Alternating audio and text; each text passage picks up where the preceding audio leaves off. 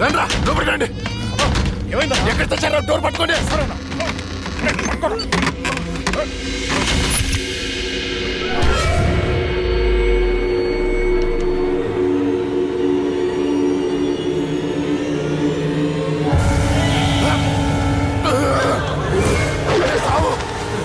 రండ్రా ఎక్కడ తెచ్చారా? ఏమైందన్నా? అది వచ్చిందిరా. ఎవరన్నా? లక్ష్మి వచ్చింది. చచ్చింది ఎట్లా వస్తుందన్నా? వచ్చిందిరా. ఎక్కడ? అక్కడ ఉంది. అదిగో అక్కడ. అక్కడే చూశాను. ఎవరున్నారన్నా అక్కడ? ఎవరు లేరన్నా. లేరా? అర్ధరాత్రి అపరాత్రి అనుకున్నా ఏంటన్నా ఇది? అక్కడ ఏముందన్నా? ఏం లేదు కదా. చూసారా ఎర్రి పప్ప?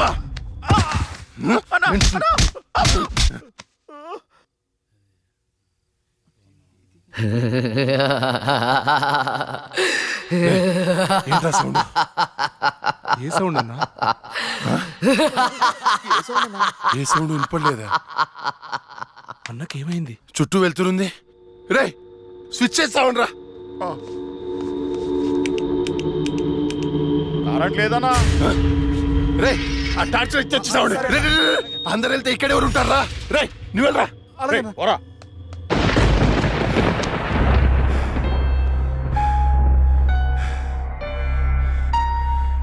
లక్ష్మి నువ్వెక్కడున్నా నిన్ను వదలను. నీ అంతు చూస్తానే. కటిక చీకట్లో నువ్వేసే ప్రతి అడుగు కాటి వైపుకి నీ అంతు చూస్తాన్రా. ఆపు అన్న బాపు. ఆడేం కనపడట్లేదా? ఏం కనపట్లేదా? ఏం కనపడట్లేదా? ఏం కనపట్లేదన్నా. ఆడ ఏం కనపట్లేదన్నా. ఏం వినపడట్లేదా? కనపట్లేదన్నా. ఏం కనిపించట్లేదు. వినిపించట్లేదు. నాకేంటి పంపరాఫర్. ఎవరికి చెప్పిన అర్థం చేసుకోవట్లేదు.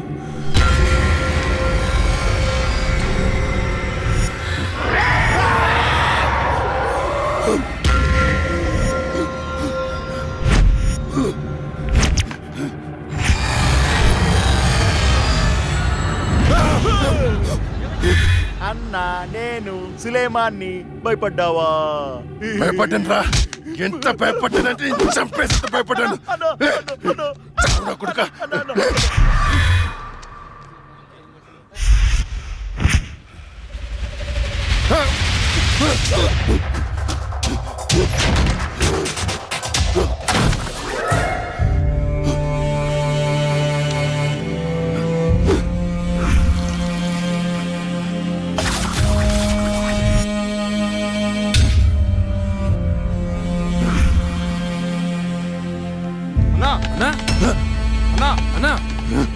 బయటికి రా అన్నా.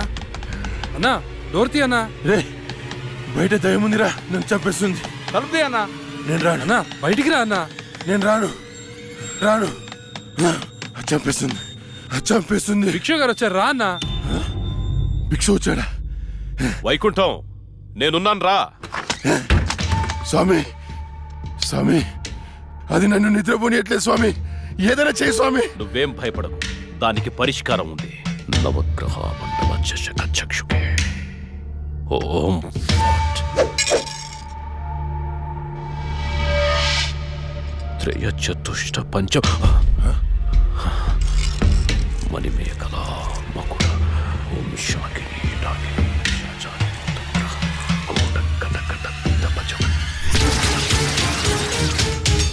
శ్రవణం దృశ్యే వివసనం దృశ్యే.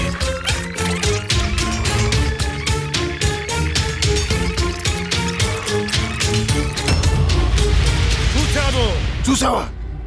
నాకు కనిపిస్తోంది.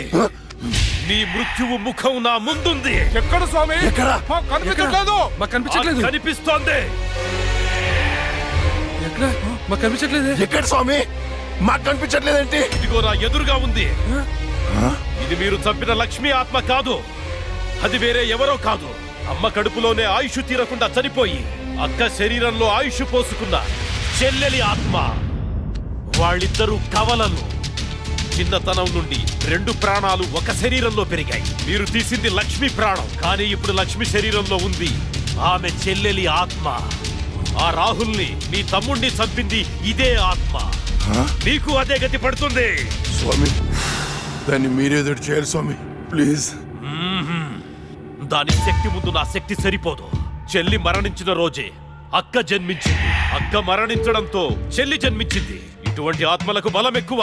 జనన మరణాలను శాసించే శక్తి పొందిన ఆత్మని మనమేం చెయ్యలేము. కాశీలో నీరిక కలోరిక అనే కవల మాంత్రికులున్నారు. వాళ్ళు మాత్రమే ఈ ఆత్మను బంధించగలరు. స్వామి వాళ్ళని పిలిపించండి స్వామి. ఎంత ఖర్చు నేను ఇస్తాను. ఏయ్, ఎంత ఖర్చు ఇచ్చేయండి రా. ఇచ్చేసాను స్వామి. పిలిపించండి స్వామి. ఇచ్చేసాను.